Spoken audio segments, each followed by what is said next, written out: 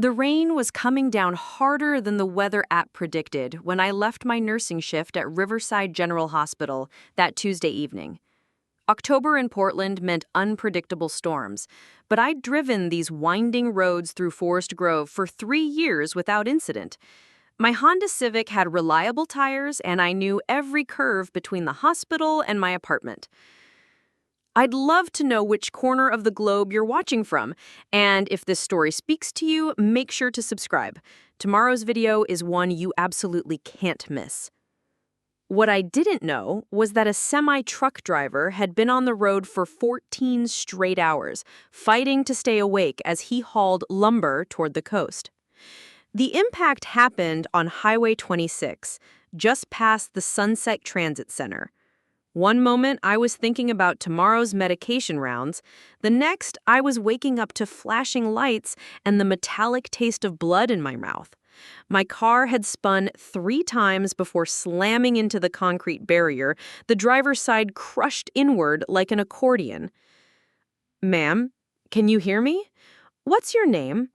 The voice belonged to a paramedic with kind eyes and steady hands. His name tag read J. Rodriguez, and he was checking my pupils with a penlight. "Emma," I managed, my voice hoarse. "Emma Whitmore. I'm a nurse at Riverside." "Okay, Emma, I'm Jorge. You've been in an accident. We're going to take good care of you, but I need you to stay still while we check for injuries." The next 2 hours blurred together in a haze of CT scans, x-rays, and concerned medical staff who knew me from work. Dr. Patterson, the emergency room physician, delivered the news with professional calm.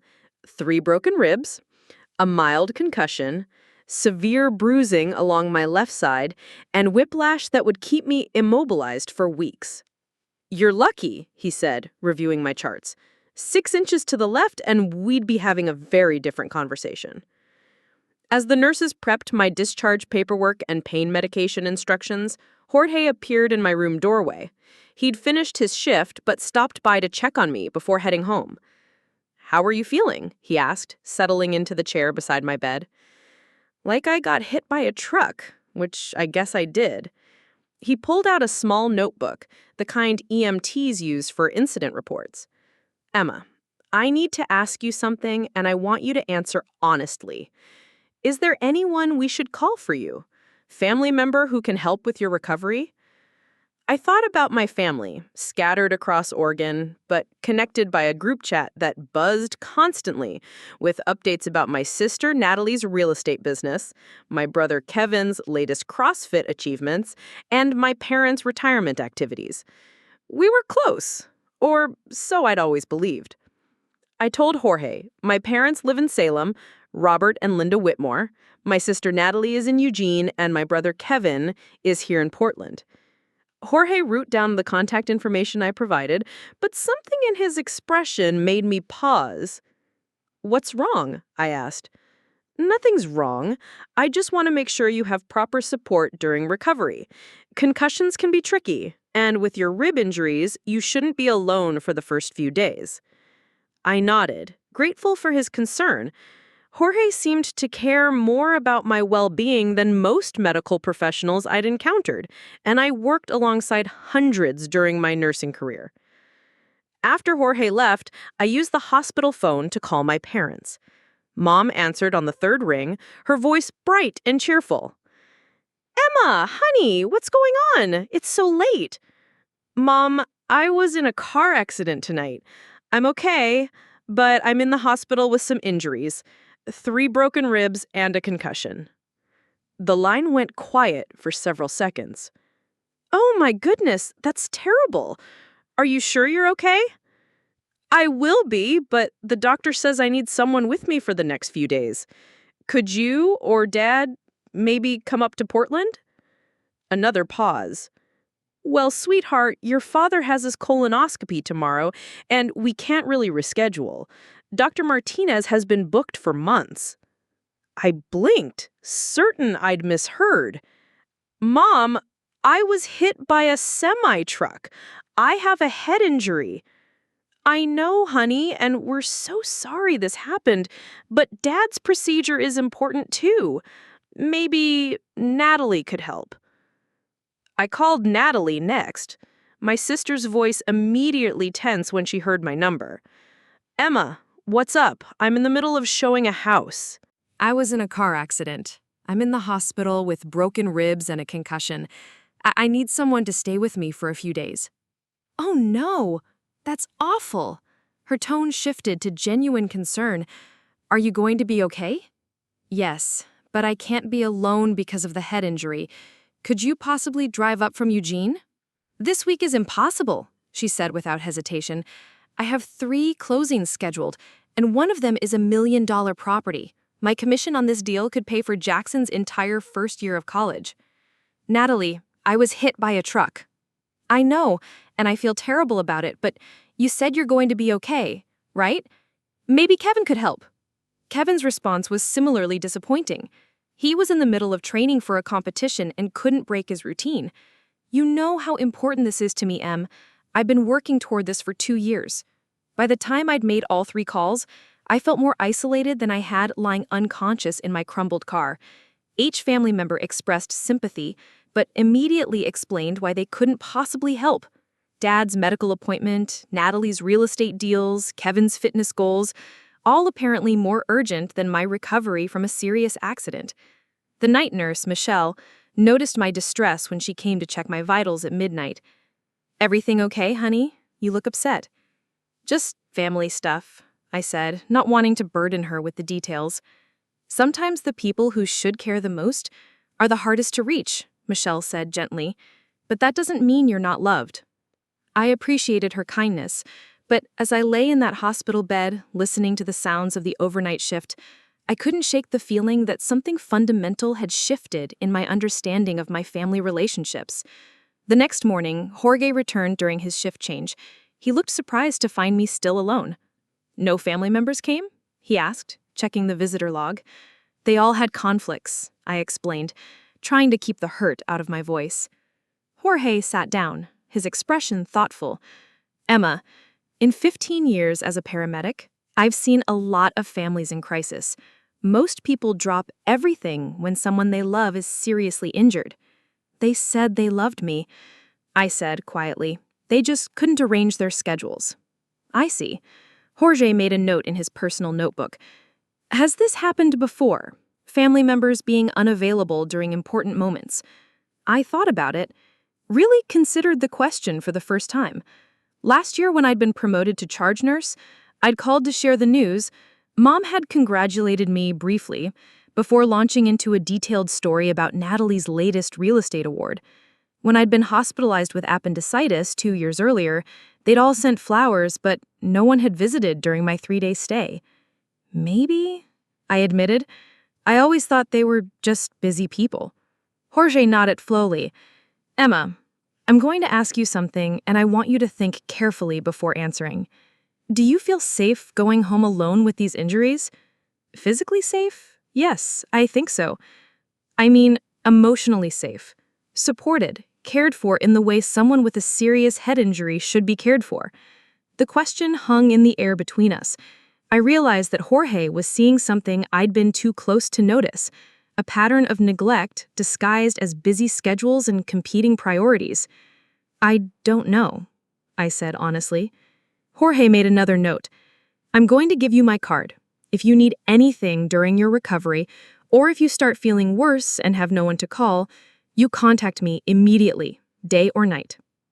As I gathered my discharge papers and prescriptions later that morning, I felt a strange mixture of gratitude and loneliness.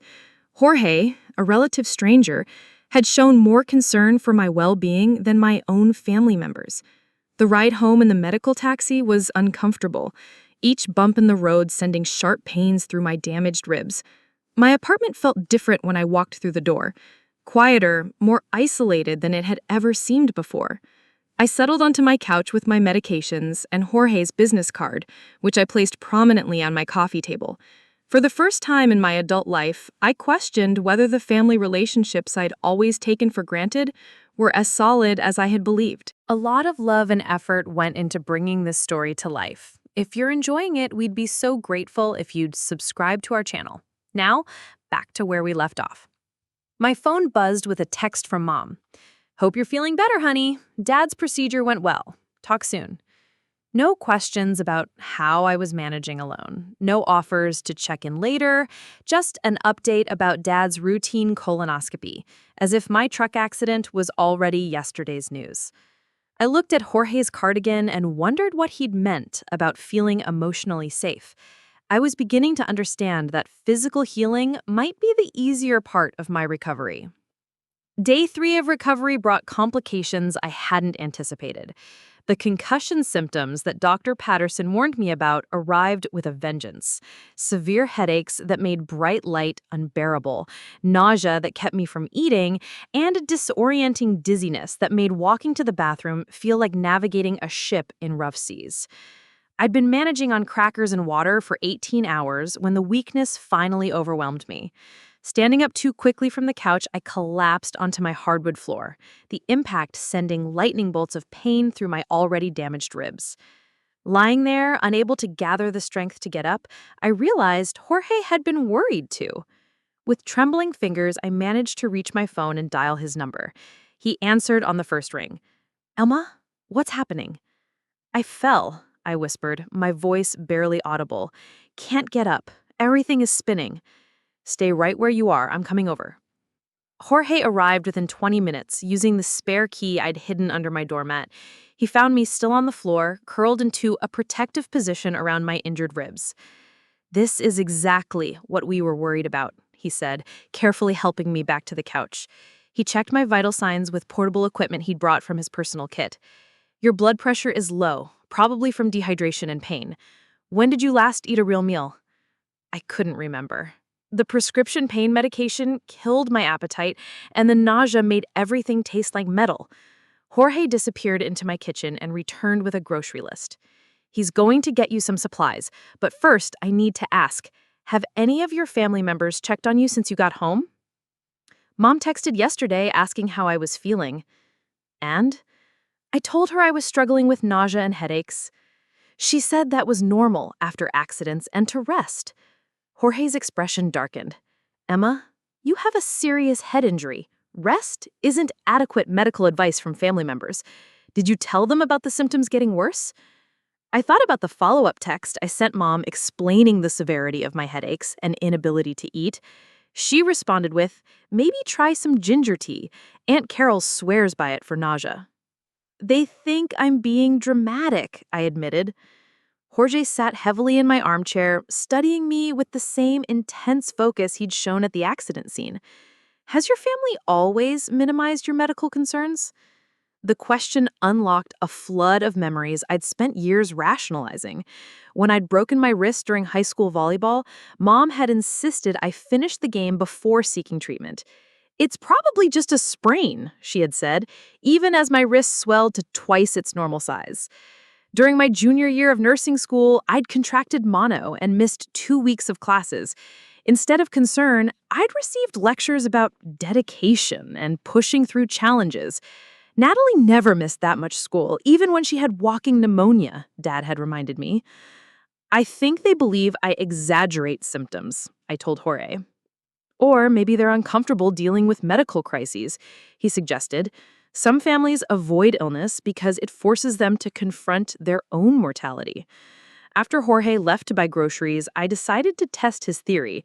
I called Natalie and was honest about my deteriorating condition.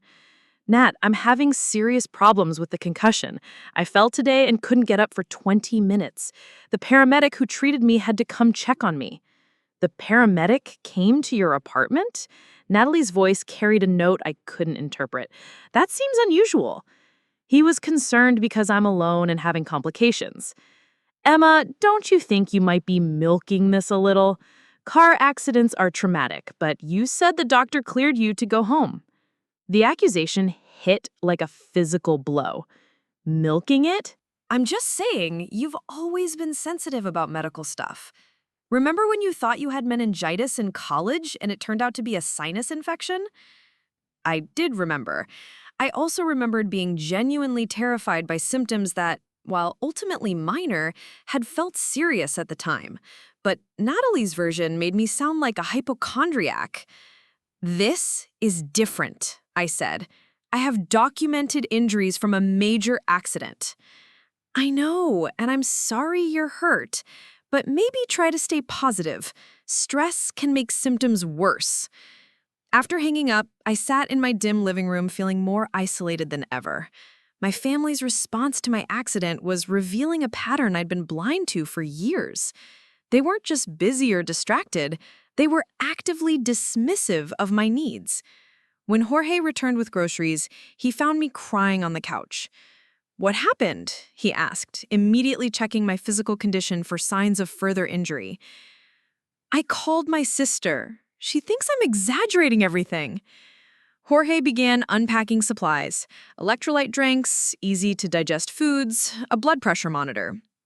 "Emma, in my professional experience, people who exaggerate symptoms don't usually downplay them to family members. You've been minimizing your condition since the accident." "What do you mean?" "When you called me today, you said you fell.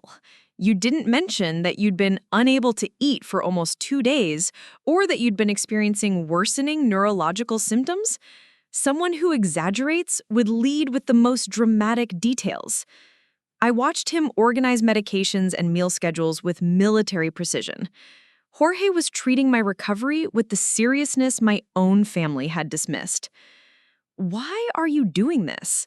Going beyond what any paramedic would normally do?" Jorge paused, holding a container of soup. "Because 15 years in emergency medicine teaches you to recognize when someone's support system is broken.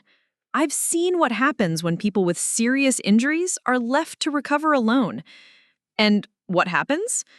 "Best case scenario, recovery takes twice as long, and they're left with lasting physical and emotional damage. Worst case?"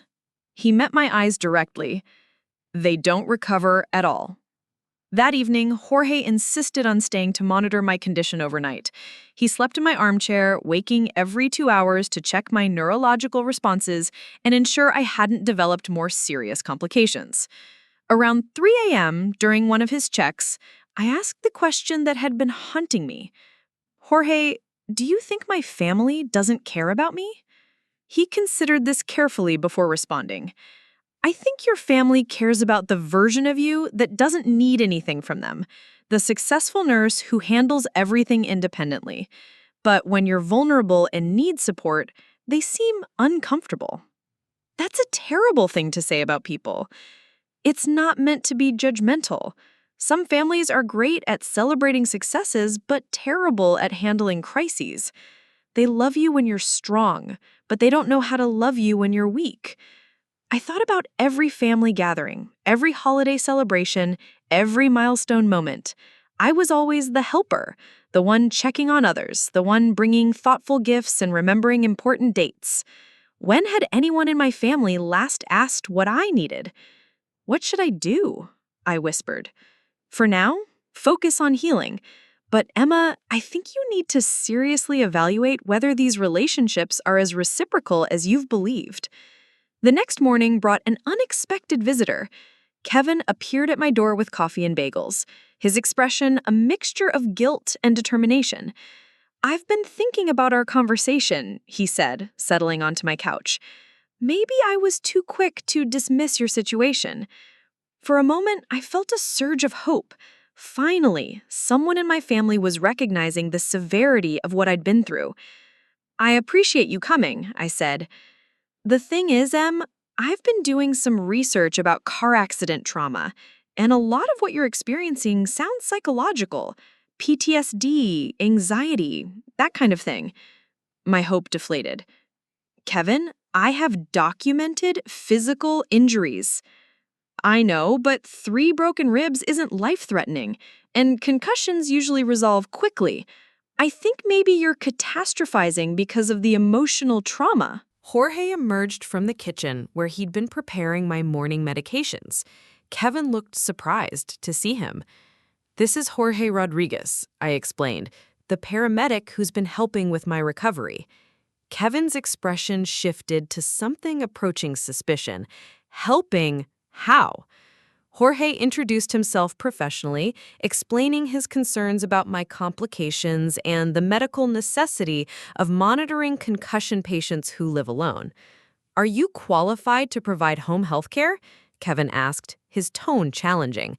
"I'm a certified paramedic with 15 years of experience treating traumatic injuries," Jorge replied calmly, "and I'm concerned about your sister's well-being." After Jorge left for his shift, Kevin's demeanor changed completely. "Emma, I have to ask, is there something going on between you and this paramedic guy?" The question was so unexpected, so far from reality, that I initially thought he was joking. "Going on? Kevin, I have 3 broken ribs and a head injury. He's providing medical support that my family hasn't. It just seems weird that some random EMT is hanging around your apartment. Are you sure his motives are professional?" I stared at my brother, realizing that he'd rather believe I was involved in some inappropriate relationship than acknowledge that I genuinely needed help he wasn't providing. "You think I'm faking injuries to get attention from a man?" "I'm not saying you're faking anything. I'm saying trauma can make people vulnerable to manipulation." As Kevin left, promising to check in, but offering no concrete help, I understood that Jorge had been right about my family's discomfort with vulnerability. They couldn't accept that I needed support, so they were creating alternative explanations that made them feel better about their absence. The first crack in my understanding of family loyalty had become a chasm I wasn't sure could ever be bridged. 1 week after the accident, I discovered my family had been discussing me behind my back in ways that shattered everything I thought I knew about our relationships. It started with a phone call I wasn't supposed to receive. My cousin Rachel, who lived in Seattle and rarely spoke to our immediate family, called me directly instead of going through her usual contact, my mother. Rachel said, "Emma, I need to ask you something, and I want you to be completely honest with me. Are you actually okay after your accident?" The question caught me off guard. "I'm recovering. Why?" "Because your mother called my mom yesterday and said some things that don't add up." I felt a familiar dread settling in my stomach. "What kind of things?" "She said you were being dramatic about minor injuries and that you developed an inappropriate relationship with your emergency responder." The room spun around me, and for a moment, I thought my concussion symptoms were returning. "She said what?" "Emma, she made it sound like you were manipulating the situation for attention, but that doesn't match the person I've known my whole life." Rachel's words hit me like a second collision. My mother hadn't just dismissed my injuries to my face, she'd been actively telling extended family members that I was lying about their severity. "Rachel, I have medical documentation, CT scans, x-rays, doctor's notes. I'm not making this up." "I know. That's why I'm calling you directly instead of listening to family gossip. What's really happening?" I explained my actual condition, the complications I'd been experiencing, and Jorge's professional concern about my recovery circumstances. Rachel listened without interruption, occasionally asking clarifying questions that showed she was taking my situation seriously. "Emma, this is concerning on multiple levels, not just your injuries, but your family's response to them." "What do you mean?" "I mean that healthy families don't respond to car accidents by questioning the victim's credibility. They show up. They help. They don't start whisper campaigns about manipulation and attention-seeking." After hanging up with Rachel, I made a decision that would expose the full extent of my family's betrayal. I called my mother directly and told her about Rachel's conversation. "Mom, I need to understand why you told Aunt Carol I was being dramatic about my injuries." There was a long pause before Mom responded, her voice taking on the defensive tone I recognized from childhood arguments. "Emma, I never said you were being dramatic.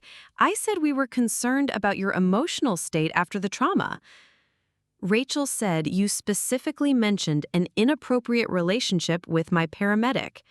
Well, honey, you have to admit it's unusual for a medical professional to be spending so much time at a patient's home.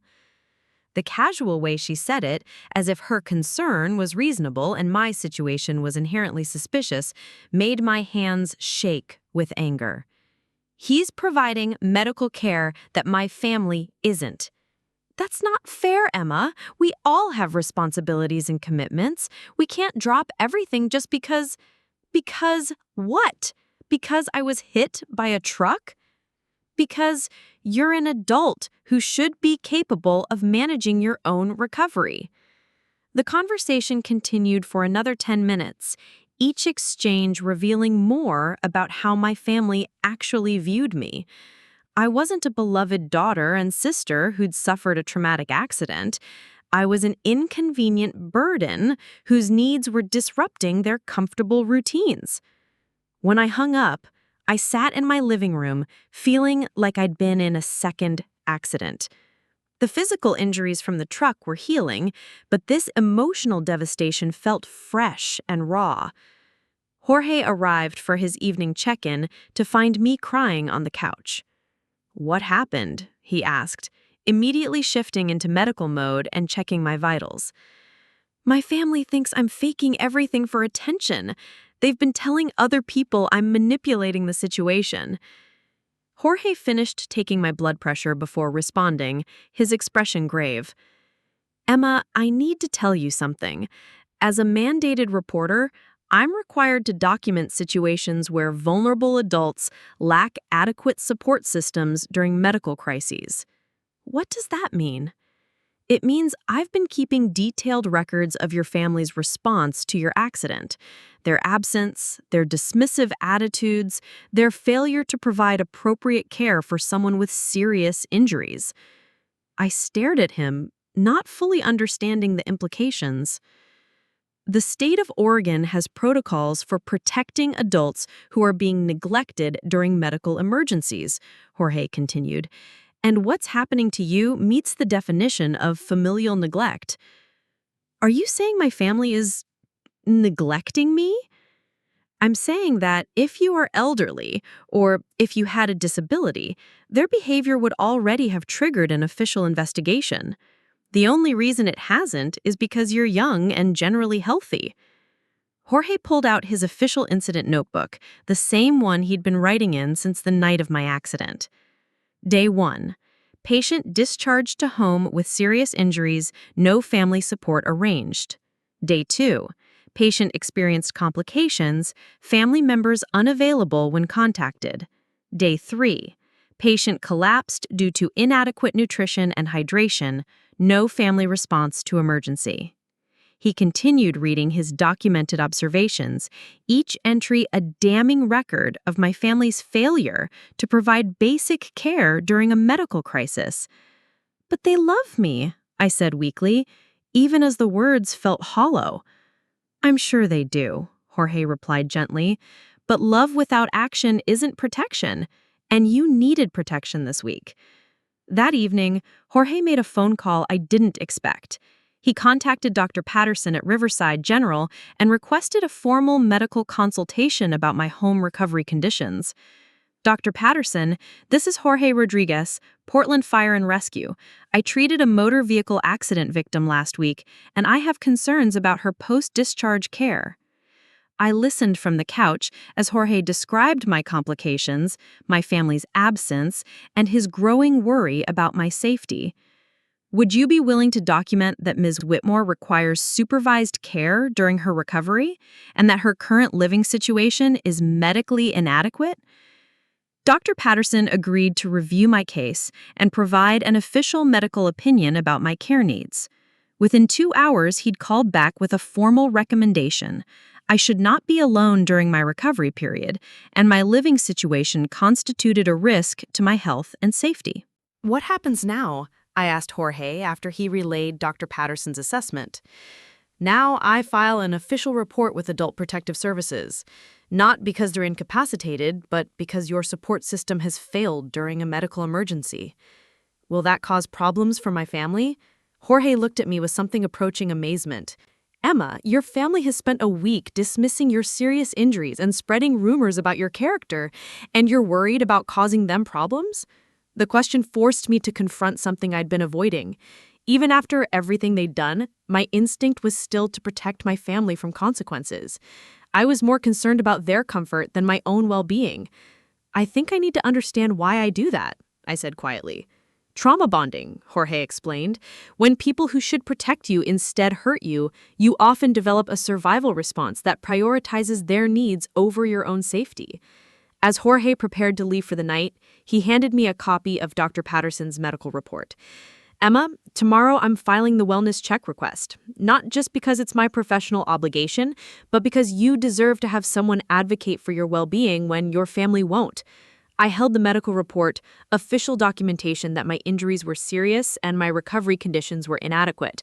Evidence that everything I'd been experiencing was real, medically significant, and worthy of concern. For the first time since the accident, I felt validated, but I also felt terrified about what would happen when my family discovered that their neglect had become an official matter of public record.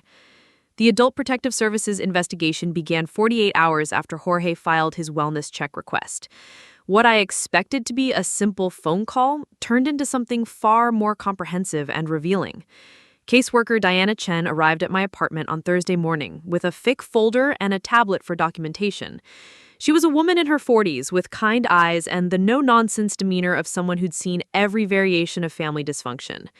Ms. Whitmore, I'm here because Paramedic Rodriguez filed a report indicating you may be experiencing neglect during your medical recovery. I need to assess your current situation and determine if intervention is necessary. Diana spent 2 hours documenting everything: my living conditions, my medical supplies, my support network, and my family's response to the accident. She reviewed Jorge's incident reports, Dr. Patterson's medical assessments, and the prescription medications I'd been managing alone. Have you had any visitors from family members since your discharge? She asked, typing notes on her tablet. My brother Kevin came by once. My parents haven't visited at all. And they live far away. Salem, about an hour drive. Diana's expression didn't change, but she made extensive notes. Have they offered any assistance with groceries, transportation to medical appointments, or daily care needs? I thought about the practical support I'd needed over the past week. Jorge had been handling grocery runs, medication organization, and transportation to my follow-up appointments.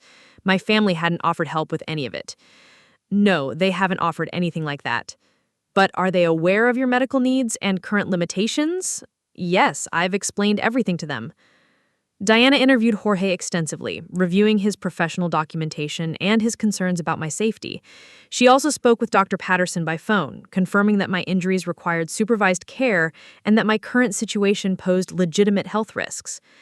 But the most revealing part of Diana's investigation came when she contacted my family members directly. I was resting on the couch that afternoon when Diana called to update me on her findings. Emma, I need to share some concerning information with you. I've spoken with your parents and siblings about your accident and recovery needs. What did they say? Your mother told me that you've always been high maintenance about medical issues and that the family learned long ago to not enable your tendency to dramatize symptoms. The casual cruelty of my mother's words, spoken to a state official, took my breath away. Your father said that you're a healthcare professional who should be capable of managing your own recovery without family assistance. Even worse, and your sister, Natalie, expressed concern that you might be developing an unhealthy dependence on your paramedic, suggesting that family involvement would interfere with your need to take responsibility for your situation. Each statement felt like another weight added to my chest. My family hadn't just failed to support me, they'd actively portrayed me as manipulative and irresponsible to a government caseworker. However, Diana continued, I also spoke with several of your colleagues at Riverside General. The response was quite different. This surprised me. I hadn't known Diana would contact my workplace. Your supervisor, nurse manager Beth Coleman, described you as one of the most reliable and least dramatic staff members she's ever supervised. She said you've worked through illness multiple times rather than calling in sick, and that you've never requested special accommodations or made unreasonable demands. Diana had also spoken with Dr. Patterson and several other physicians I'd worked with over my 3 years at the hospital. Without exception, they described me as competent, professional, and notably uncomplaining about personal health issues. There's a significant disconnect between how your family describes your character and how your professional colleagues see you, Diana observed. In my experience, that pattern suggests a family system where one member is consistently scapegoated or dismissed. The term scapegoated hit me like a revelation. I'd never considered that my family's treatment of me followed a deliberate pattern rather than being situational responses to my supposed flaws. "What does that mean for the investigation?" I asked. "It means I'm recommending a formal care plan to ensure your safety during recovery, and I'm documenting this case as potential familial neglect, which will remain on file should similar situations arise in the future." Diana's investigation had revealed something I'd been too close to see. My family's neglect wasn't accidental or circumstantial. It was systemic, consistent, and so entrenched that they felt comfortable describing it to a state official as if it were reasonable parenting. That evening, Jorge arrived to find me processing Diana's findings with a mixture of validation and grief. "How are you feeling about everything?" he asked, settling into what had become his usual chair. "Relieved that someone believes me, devastated that it's all true." Jorge had news of his own. "I've been in contact with some resources that might help you moving forward. There's a support group for adults dealing with family dysfunction and a therapist who specializes in medical trauma and family systems." He handed me contact information for Dr. Sarah Kim, a licensed clinical social worker who worked with patients recovering from both physical injuries and emotional abuse.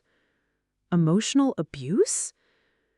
Emma, systematic dismissal of someone's medical needs, character assassination during vulnerable periods, and long-term patterns of invalidation, these are forms of emotional abuse, even when they come from family members. Jorge had also been building my support network in ways I hadn't fully realized. He'd connected with my colleague Beth Coleman at the hospital, who'd offered to coordinate meal delivery from our nursing staff. He'd spoken with my neighbor, Mrs. Patterson, about checking on me when he wasn't available. "The difference between your family and your actual support network is striking," Jorge observed. "Your colleagues immediately offered practical help. Your neighbors expressed genuine concern. Your family questioned your credibility." The next day brought an unexpected ally. Rachel called from Seattle with surprising news. "Emma, I've been thinking about our conversation, and I did some digging into family history that I think you need to hear." "What kind of digging?" "I called Grandma Helen, Mom's mother. She's 94, but her memory is sharp. I asked her about family patterns, about how your parents treated you compared to Natalie and Kevin growing up. Grandma Helen, who lived in a nursing home in Phoenix and rarely spoke to our immediate family, had apparently been watching our family dynamics for decades. She said your parents always treated you differently, that they expected more from you, criticized you more harshly, and dismissed your achievements while celebrating your siblings' identical accomplishments." Rachel's voice carried a note of anger I'd never heard before. "Grandma said she tried to address it when you were younger, but your parents accused her of playing favorites and limited her contact with you. This explained why I barely knew my grandmother, despite her being the only remaining grandparent. I'd always been told she was difficult and had her favorites, but now I understood the real story. Rachel, why are you telling me this now?" "Because what happened with your accident isn't new behavior. It's the continuation of a pattern that's been going on your entire life. And because Grandma wants to talk to you directly." That evening, I had a 40-minute phone conversation with my grandmother that reshaped my understanding of my childhood. She'd witnessed decades of subtle favoritism, double standards, and emotional invalidation that I'd normalized because it was all I'd ever known. "You were always the responsible one, Emma," Grandma Helen said in her wavering but determined voice. But instead of appreciating that, they seemed to resent it, like your competence made them feel inadequate as parents. Jorge listened as I recounted the conversation, his expression thoughtful. "It sounds like your family created a role for you, the scapegoat, the problem child, the one whose needs don't matter. And when you stepped outside that role, by having legitimate needs after your accident, they had to work harder to push you back into it." I was beginning to understand that my recovery would involve more than healing broken ribs and concussion symptoms. I needed to rebuild my entire understanding of family relationships, self-worth, and what I deserved from the people who claimed to love me. The explosion came on a rainy Tuesday morning, 2 weeks after Diana Chen filed her APS report. I was having coffee with Jorge when my phone erupted with angry calls and texts from my entire family. The first call was from Dad, his voice tight with controlled rage. "Emma, what the hell have you done? We just received official letters from the state saying we're under investigation for neglect. Are you out of your mind?" I put the phone on speaker so Jorge could hear, his expression immediately shifting to protective alertness. "Dad, I didn't initiate any investigation. Paramedic Rodriguez filed a wellness check because you manipulated him into thinking we're bad parents. This is insane, Emma. We raised you, we paid for your education, we've supported you your entire life. Except for the past 2 weeks when I actually needed help. You're a grown woman with minor injuries. We're not required to drop everything and babysit you because you got an offender bender." The casual dismissal of my accident as a fender bender after seeing the photos of my destroyed car revealed how deep their denial ran. Before I could respond, Dad continued his tirade. "Do you have any idea what this investigation could do to my reputation? I'm a school principal, Emma. I work with children and families. Having the state question my ability to care for my own daughter could destroy my career." There it was, the real concern. Not my well-being, but how my accident and their response might affect Dad's professional image. "Maybe you should have thought about that before you refused to help your injured daughter," I said, surprising myself with the steel in my voice. "Don't you dare lecture me about family responsibility. You've always been selfish, but this takes it to a new level." Jorge gestured for me to end the call, but I needed to hear this. I needed to understand who my father really was when confronted with consequences for his choices. "I'm selfish? Dad, I was hit by a semi-truck and spent a week alone with serious injuries while you prioritized a routine medical procedure. Your mother needed my support for my colonoscopy. That's what spouses do for each other. And what do parents do for their children?" The line went silent for several long seconds before Dad delivered his final blow. "Good parents raise children who don't weaponize government agencies against their own families." He hung up, leaving me staring at the phone in shock. Natalie called 30 minutes later, her voice shaking with fury. "Emma, I can't believe you've involved the state in our family business. Do you understand that this investigation is now part of the public record? My real estate license requires disclosure of any family legal issues. You could cost me my livelihood." "Natalie, I didn't choose for this to become official. A paramedic was concerned about my safety." "Your safety? You've been posting on social media throughout your recovery. You're obviously fine." This was news to me. What social media posts? Instagram, Facebook, pictures of you reading, eating meals, looking perfectly healthy. I pulled up my social media accounts, confused by her accusation. The only recent posts were from before my accident, photos from a work party 3 weeks earlier and a hiking trip from last month. Natalie, I haven't posted anything since before the accident. Well, your paramedic boyfriend has been posting pictures of you looking fine. Jorge's head snapped up. I don't have social media accounts, he said loudly enough for Natalie to hear. Who is that? She demanded. The paramedic you just accused of posting photos that don't exist. There was a pause before Natalie's tone shifted to something colder. I don't appreciate being called a liar. I'm not calling you a liar. I'm saying you're mistaken about social media posts that don't exist. Fine, but this investigation stops now, Emma. You're going to call that caseworker and tell her this was all a misunderstanding. I can't do that. You can't or you won't. Both. The investigation is based on documented facts about your response to my accident. I can't change what has already happened. Natalie's voice rose to near shouting. Then you've chosen that stranger over your own family. Don't expect us to forgive this betrayal.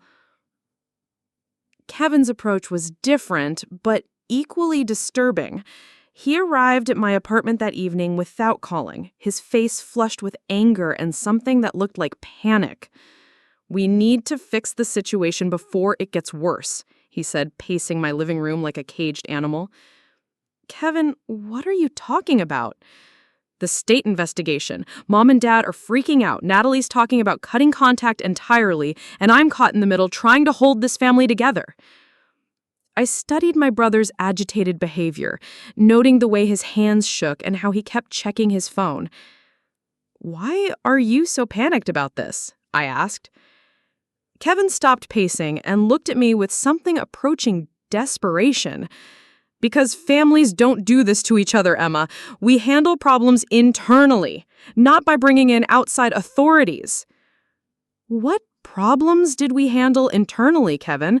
When did our family ever address anything difficult?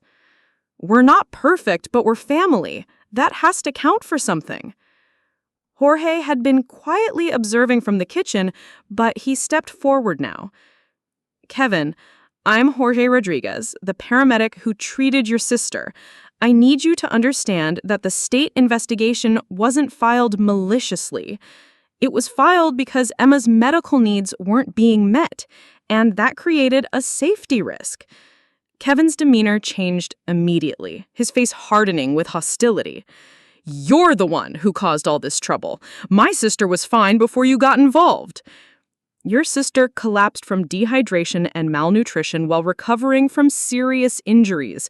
She wasn't fine, Jorge replied calmly. That's her version of events. Emma's always been dramatic about health issues. Jorge pulled out his medical documentation, the same files he'd shown Diana Chen. These are objective medical findings. CT scans, blood pressure readings, documentation of her fall.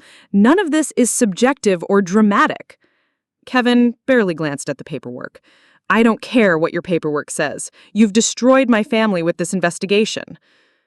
Kevin, I interjected, Jorge didn't destroy anything. He exposed what was already broken. My brother turned to me with an expression I'd never seen before. Genuine hatred mixed with something that looked like fear. You know what I think? I think you planned this whole thing, got yourself hurt, refused help from family, then used your medical connections to create a crisis that would make us look bad.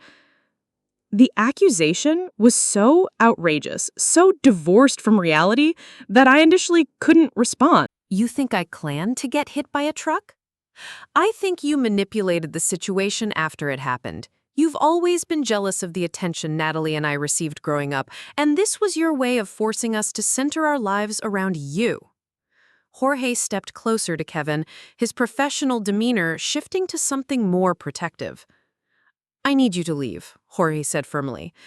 You're making accusations that are not only false, but harmful to someone recovering from trauma. Don't tell me what to do in my sister's apartment, Kevin shot back. I'm telling you as a medical professional that your behavior is detrimental to a patient's recovery. Leave voluntarily or I'll call security. After Kevin left, slamming the door behind him, I sat in stunned silence trying to process what had just happened. Jorge, my brother actually thinks I orchestrated my own accident to get attention. Your brother is in panic mode, Jorge explained. The investigation has forced your family to confront their behavior, and instead of taking responsibility, they're escalating their attacks on you.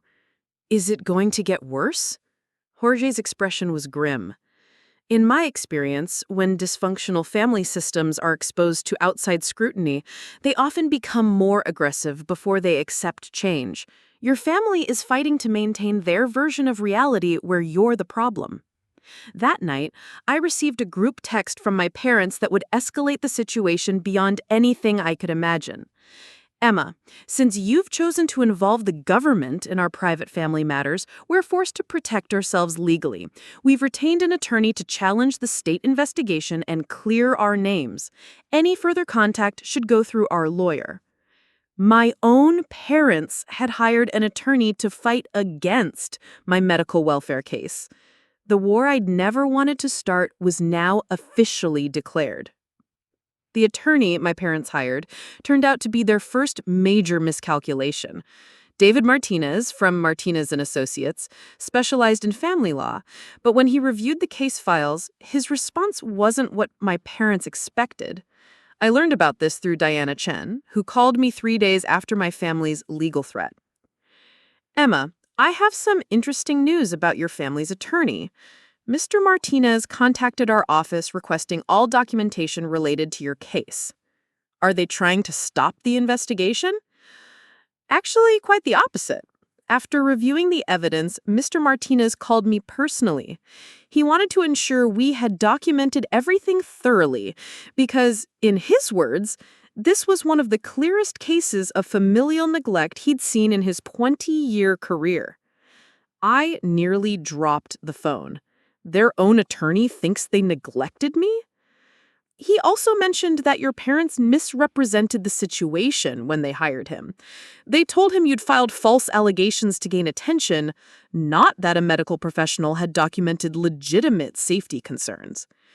Diana explained that Mr. Martinez had actually advised your parents to participate cooperatively in the investigation and consider family counseling rather than fighting the findings. When they refused, he'd withdrawn from their case entirely. Withdrawal from representation usually happens when attorneys discover their clients have been dishonest or when they can't ethically defend the case, Diana noted. Jorge was with me when Diana called, and his reaction was immediate satisfaction. This is exactly what I hoped would happen, he said after I relayed the conversation. When professionals review the facts objectively, the truth becomes undeniable. But the true triumph came in ways I never expected. Word of my situation had begun spreading through the medical community, not as gossip, but as a cautionary tale about family dynamics during medical crises. Dr. Patterson had mentioned my case during a staff meeting about discharge planning and patient support systems. Several of my nursing colleagues reached out, sharing their own stories of family dysfunction that they'd never discussed openly before. My coworker Sarah Jenkins stopped by my apartment one evening with surprising news. Emma, I need to tell you something. What happened to you with your family, it happened to me too. Differently, but the same pattern. Sarah explained that when she'd been diagnosed with breast cancer 2 years earlier, her family had minimized her treatment needs and accused her of being negative when she discussed her fears about chemotherapy. They wanted me to stay positive and not dwell on it, but they disappeared when I needed rides to treatment or help with basic tasks during recovery. How did you handle it? I didn't, well. I spent months trying to prove I wasn't as sick as I claimed, pushing myself to appear fine so they'd approve of my attitude. It delayed my healing and made everything harder. Sarah's experience helped me understand that my family's response wasn't unique or personal. Some families simply couldn't handle medical vulnerability, regardless of how reasonable the needs were. But the most unexpected validation came from a source I never anticipated, my parents' own community. I learned about this through Mrs. Henderson, my former neighbor from childhood, who contacted me through Facebook after hearing about my accident through local networks. Emma, dear, I heard about your car accident and I wanted to check on you. But I also wanted you to know that people in your parents' community are talking, and not in the way they probably hoped. Mrs. Henderson explained that word had spread about my parents' response to my accident, partly through church networks and partly through Dad's school district colleagues. Your father made the mistake of complaining publicly about the state investigation. He told people at church that you'd weaponized the system against them for minor injuries. What was the response? Oh, honey, it backfired completely. Margaret Walsh's daughter is a nurse, and she explained to everyone exactly how serious truck accidents can be. People were horrified that your parents hadn't immediately driven to Portland to help you. Mrs. Henderson continued with more details that revealed how thoroughly my parents had miscalculated their public relations strategy. Then your mother made it worse by telling the church ladies that you'd always been dramatic about medical issues and that the family had learned not to enable your attention-seeking. That sounds exactly like something she'd say. Well, Pastor Williams shut that down immediately. He told the congregation that dismissing family members' medical needs was contrary to Christian values of compassion and care. Your parents left early that Sunday and haven't been back since. The irony was perfect. My parents, so concerned about their reputations, had destroyed them by publicly defending behavior that their own community found morally questionable. Meanwhile, Jorge's documentation and advocacy had created ripple effects throughout the emergency medical system. He'd presented my case at a paramedic training session about identifying patients at risk for post-discharge complications. Your situation is now being used to train other emergency responders about the warning signs of inadequate family support, Jorge told me. It's helping other patients get the care they need. This transformation of my traumatic experience into something that could help others felt like the most meaningful outcome possible. The legal situation resolved itself when my parents attempted to hire a second attorney. According to Diana Chen, 3 different law firms declined to represent them after reviewing the case files. At this point, your parents have 2 options. They can accept the investigation findings and participate in recommended family counseling, or they can continue fighting and risk having the case referred to more serious protective services interventions. What would that mean? It would mean a formal finding of familial neglect on their permanent records, which could affect their professional licenses and any future situations involving vulnerable family members. Jorge had accompanied me to this meeting, and Diana addressed him directly. Paramedic Rodriguez, I want to commend you for your advocacy in this case. Your documentation and intervention likely prevented a more serious medical crisis. What would have happened if Jorge hadn't gotten involved? Diana's response was sobering. Based on your complications and your family's level of support, you are at significant risk for what we call failure to thrive during recovery. Patients who feel emotionally abandoned often stop following medical protocols, skip follow-up appointments, and sometimes develop secondary complications that can be life-threatening. Jorge nodded grimly. I've seen patients die from treatable conditions because they gave up when their support systems failed them. The investigation concluded with a formal finding that my family had provided inadequate support during a medical emergency, but no criminal charges were filed. The report would remain on file for 7 years and could be referenced if similar situations arose. My parents' response to these findings was predictable. They blamed me for destroying the family and announced they would have no further contact with me until I took responsibility for the damage I'd caused. Natalie sent a final text message that crystallized everything. I hope you're happy with your new family since you've ruined your real one. Don't contact me again. Kevin's farewell was delivered through Rachel, who called to tell me that he'd asked her to relay his decision to stay neutral by cutting contact with both sides of the family conflict. He's moving to Denver for a fresh start, Rachel explained. He says the whole situation is too complicated and he can't choose sides. There aren't any sides, Rachel. There's me recovering from an accident, and there's everyone else making excuses for why they couldn't help. I know that. And honestly, Kevin's response tells you everything you need to know about his character. But the most surprising development came from Grandma Helen in Phoenix. At 94, she arranged to change her emergency contacts and medical decision makers from my parents to me. "I've been watching this family for decades," she told me during our phone call. "You're the only one who's shown consistent character and integrity.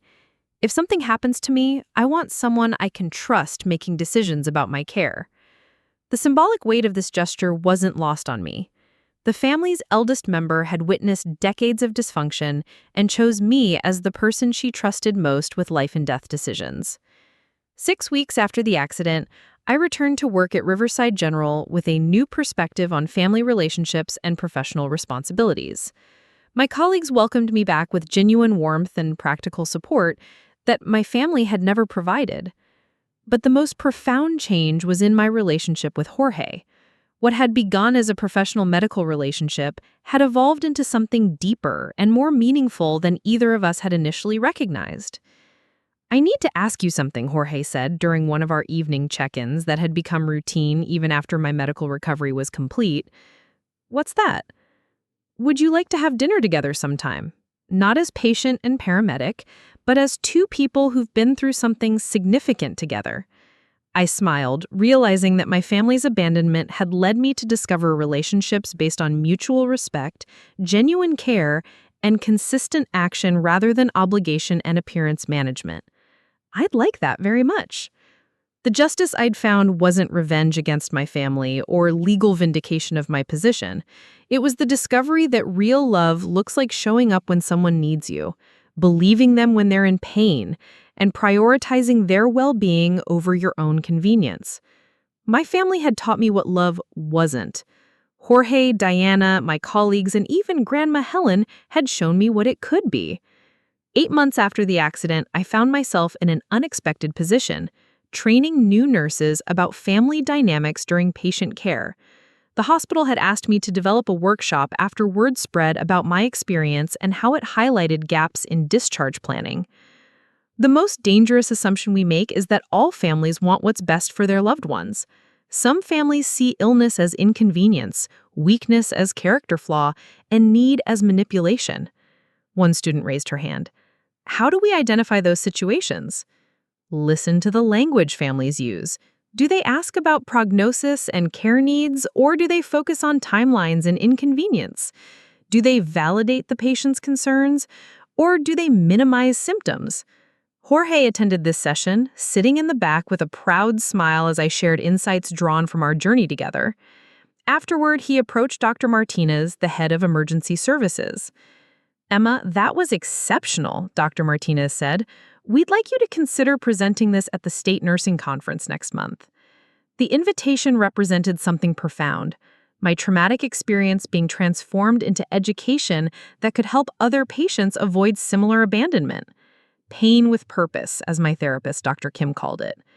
That evening, Jorge and I walked through Laurelhurst Park discussing the day's developments. Our relationship had deepened naturally over the months, built on a foundation of crisis that revealed character rather than romance that might mask incompatibility. "I have something to tell you," Jorge said as we settled on a bench overlooking the pond. My heart skipped, wondering if this was the conversation I'd been hoping for. "I've been offered a promotion to training supervisor for the county paramedic program. It would mean less field work, more teaching and program development." "That's wonderful. You'd be amazing at training other paramedics." "The thing is, part of the position involves developing protocols for identifying at-risk patients during discharge. Your case would be one of the primary examples we'd use in training." I considered this unexpected turn. My accident, my family's abandonment, and Jorge's intervention were becoming a case study that could protect other vulnerable patients. "How do you feel about our story becoming official training material?" Jorge turned to face me directly. "I think it could save lives. But more than that, I think it shows what happens when someone refuses to accept that neglect is normal." A week later, I received an unexpected phone call that would test everything I'd learned about boundaries and self-protection. The caller ID showed a number I didn't recognize, but the voice was unmistakably my mother's. Emma, it's Mom. I'm calling from Aunt Carol's phone because I know you won't answer mine. My stomach clenched with familiar anxiety, but something felt different this time. Instead of the automatic guilt and hope that usually accompanied contact from my family, I felt primarily curious about her motivation. What do you need, Mom? I need to talk to you about Grandma Helen. She's in the hospital in Phoenix, and she's been asking for you. My heart lurched with genuine concern. At 95, Grandma Helen remained the only family member whose welfare mattered to me. What happened? Is she okay? She fell at the assisted living facility and broke her hip. The surgery went well, but she's refusing to cooperate with physical therapy. She keeps saying she wants to talk to you before she does anything else. I felt torn between worry for my grandmother and suspicion about my mother's sudden contact. Experience had taught me that my family rarely shared information without an agenda. Why are you calling me instead of just giving her my number? A pause. Because we need to discuss some things before you talk to her. There was. Even my grandmother's medical crisis was being filtered through my family's need to control the narrative. What things? Emma, Grandma Helen has been influenced by your version of events from last year. She's made some decisions about her will and medical directives that are concerning. The truth emerged slowly.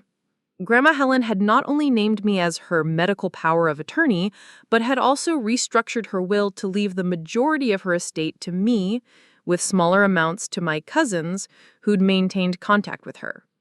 She's disinheriting her own children because of lies you told her about our family, Mom continued, her voice rising with familiar accusation. I never told Grandma Helen any lies. I told her exactly what happened during my accident and recovery. Your interpretation of what happened? The interpretation that was confirmed by a state investigation? Mom's tone shifted to something approaching desperation. Emma, this inheritance situation is tearing the family apart. Dad and I have been counting on that money for our retirement. Aunt Carol has medical bills. If you really cared about family unity, you'd talk to Grandma Helen about reconsidering these changes. The request was breathtaking in its audacity. My mother wanted me to convince my grandmother to give money to the same people who'd abandoned me during a medical crisis. Let me understand this. You want me to persuade Grandma Helen to financially reward the family members who proved they couldn't be trusted with my well-being? You're oversimplifying a complex situation. Actually, I think Grandma Helen simplified it perfectly. She's giving her money to the person she trusts most with important decisions. After hanging up, I immediately called Grandma Helen at the Phoenix hospital. Her voice was weak, but determined. Emma, sweetheart, I was hoping you'd call. These people here keep trying to make me do exercises, but I wanted to talk to you first. Grandma, I heard about your fall. How are you feeling? Tired, mostly, and frustrated with all the family drama over my will. Did your mother call you? She did. Grandma, I need you to know that I never asked you to change your will, and I don't want you making decisions based on what happened with my accident. Oh, honey, this isn't about your accident. This is about 95 years of watching this family in action. Grandma Helen explained that she'd been considering these changes for years, long before my accident revealed the family dynamics so starkly. Your parents and Aunt Carol have always assumed they'd inherit everything, but they've never shown interest in my actual well-being. You're the only one who calls regularly, remembers my birthday, asks about my health without wanting something. But they're going to blame me for influencing you. Let them. I'm 95 years old, Emma. I'm not being influenced by anyone. I'm making decisions based on decades of observation. I flew to Phoenix the next weekend to visit Grandma Helen and help with her physical therapy. Jorge offered to come with me, but I felt this was something I needed to handle alone. The assisted living facility was pleasant, and Grandma Helen's room was filled with cards and flowers, mostly from church friends and neighbors, I noticed, not family members. "Tell me about Jorge," she said after we'd settled into a comfortable conversation. "Is he treating you well?" "Better than I ever thought possible." "Good. You deserve someone who shows up consistently, not just when it's convenient." During my 3-day visit, I met with Grandma Helen's attorney to understand her estate plans and medical directives. Everything was legally sound and clearly documented. She'd made these decisions with full mental capacity and legal counsel. "Your grandmother is one of the sharpest 95-year-olds I've worked with," the attorney assured me. "These decisions reflect careful consideration, not impulsive reaction to recent events." On my final day, my parents arrived unexpectedly at the facility. I was helping Grandma Helen with her physical therapy exercises when they appeared in the doorway. "Emma," Dad said, his voice tight with controlled anger, "we need to talk." "Hello, Dad. Mom." They looked older than I remembered, and there was something desperate in their expressions that I'd never seen before. "We've been trying to reach you about Grandma's situation," Mom said, settling into a chair without being invited. "I've been here helping her with recovery." "What situation?" "The will situation. This is destroying our family." Grandma Helen, who'd been quietly observing, spoke up with surprising strength. "Linda, Robert, this family was destroyed long before I changed my will. I'm just acknowledging what already exists." Dad's face flushed. "Mother, Emma has poisoned you against your own children." "Emma has done nothing except demonstrate the kind of character I hope to see from all my grandchildren." The conversation continued for 20 minutes, with my parents alternating between pleading and accusation, while Grandma Helen remained calmly resolute. Eventually, they left without achieving their goal of manipulating either of us. "Do you regret not giving them what they wanted?" I asked Grandma Helen. "I regret that they became the kind of people who would abandon their injured daughter, then blame her for the consequences." Returning to Portland, I felt a profound sense of closure. My family's response to Grandma Helen's decisions revealed the same pattern I'd experienced. When faced with consequences for their behavior, they blamed everyone except themselves. Jorge met me at the airport with flowers and a smile that reminded me why I'd fallen in love with him. How did it go? It went exactly as expected, which somehow feels like progress. 3 months later, Jorge proposed during a quiet dinner at our favorite restaurant. The ring was beautiful, but what moved me most was his proposal speech. "Emma, when I first met you, you were unconscious in a wrecked car. But even then, I could see your strength. Watching you rebuild your life, set boundaries, and choose healing over bitterness, you've shown me what resilience actually looks like." We married 6 months later in a small ceremony at the hospital chapel where we'd first worked together as colleagues.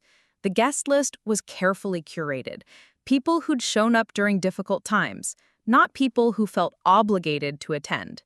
Dr. Patterson officiated, Diana Chen served as my matron of honor, and several nursing colleagues celebrated with us.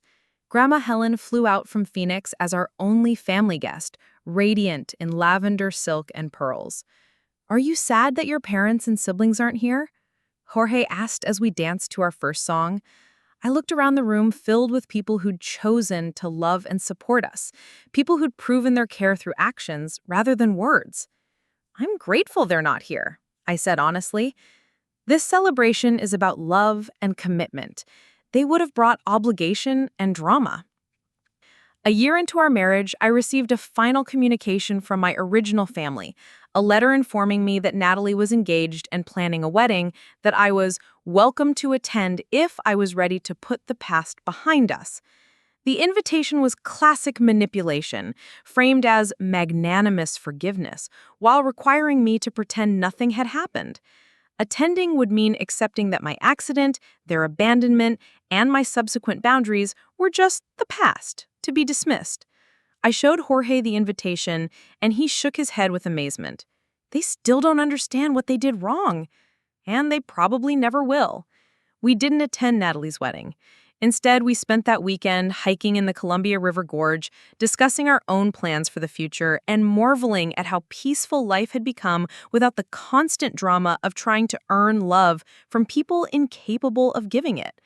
Now, 2 years married and 4 years post-accident, Jorge and I have built a life based on mutual respect, consistent care, and authentic partnership.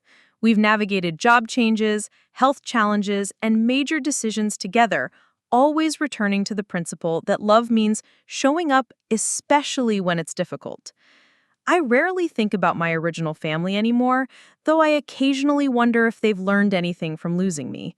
But these thoughts come without pain now, more like curiosity about strangers than longing for reconnection. The accident that nearly killed me ended up saving my life in ways I never expected. It forced me to examine relationships I'd been too afraid to question, revealed strength I didn't know I possessed, and led to love I never thought I deserved. If someone asked what I'd change about that terrible October night, my answer would be nothing. Every painful moment led me to understanding that real love doesn't require you to minimize yourself to receive it. Love recognizes your worth when you're broken and chooses to stay, not from obligation, but from genuine care. Sometimes the family you're born into teaches you everything about what you don't deserve, and sometimes a stranger appears during your darkest moment and shows you everything about what you do. Looking for more? We've got 2 amazing stories ready for you right on screen. If this one touched you, these are absolutely worth your time. Click to watch them now. And hey, subscribe and hit that bell to never miss our latest uploads.